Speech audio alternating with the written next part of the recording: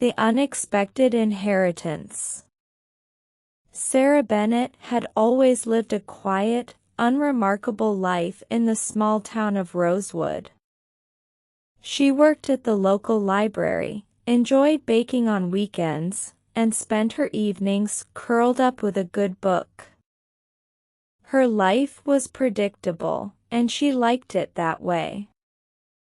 One rainy afternoon, while Sarah was sorting through the library's old archives, she received a call from a lawyer named Mr. Thompson. He informed her that she had inherited a property from a distant relative she had never heard of, an aunt named Edith who had recently passed away. Confused but intrigued, Sarah agreed to meet with Mr. Thompson to learn more about this unexpected inheritance.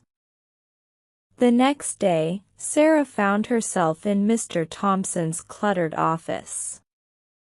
He handed her a thick envelope containing documents and a set of keys. "Your Aunt Edith was a bit of a recluse," Mr. Thompson explained. "She lived in an old mansion on the outskirts of town. It's been in your family for generations." Sarah's curiosity was piqued. She had no idea she had a relative living so close, let alone one who owned a mansion. She decided to visit the property that weekend. When Sarah arrived at the mansion, she was struck by its grandeur. The house was a sprawling Victorian structure, with ivy-covered walls and tall, narrow windows.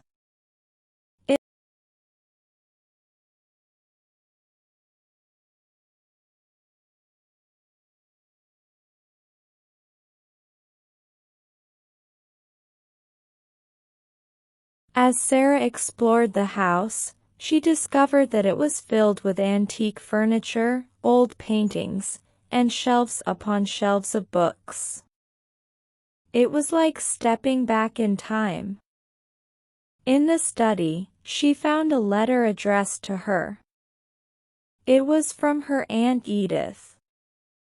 "Dearest Sarah," the letter began, "if you are reading this, it means I have passed on and you are now the owner of this house.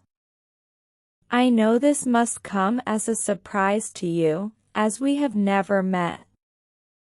I chose to live in seclusion for reasons that will become clear to you in time. This house holds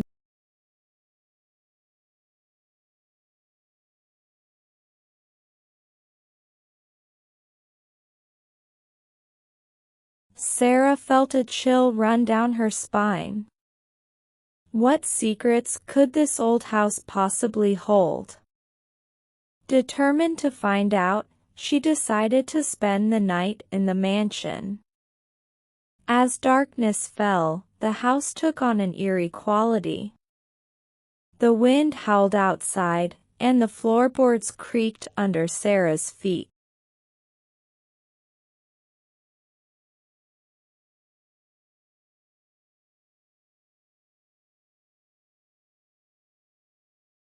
Around midnight, Sarah heard a strange noise coming from the basement. It sounded like a faint tapping. She grabbed a flashlight and made her way down the creaky staircase. The basement was cold and damp, filled with old trunks and forgotten belongings. The tapping grew louder as she approached a corner of the basement.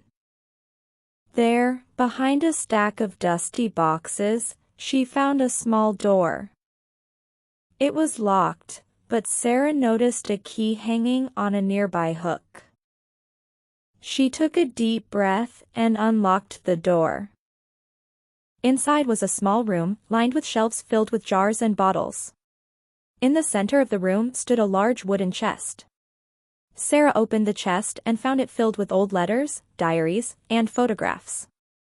As she sifted through the contents, she began to piece together the story of her Aunt Edith's life.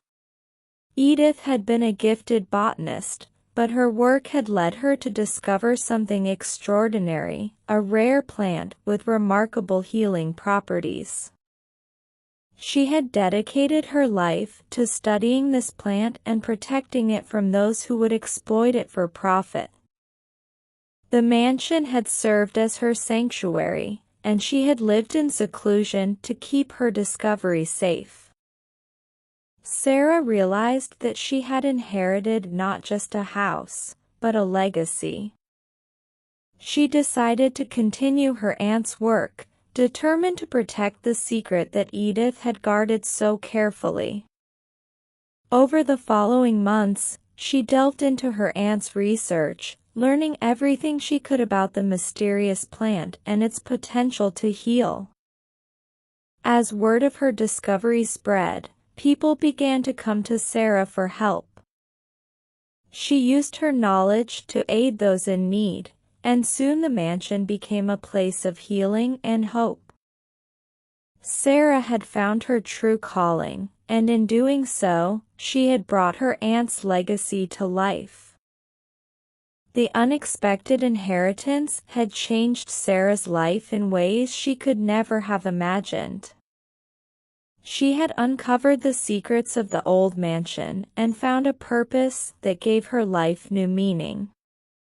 And as she stood in the study one evening, looking out at the setting sun, she felt a deep sense of gratitude for the path that had led her there.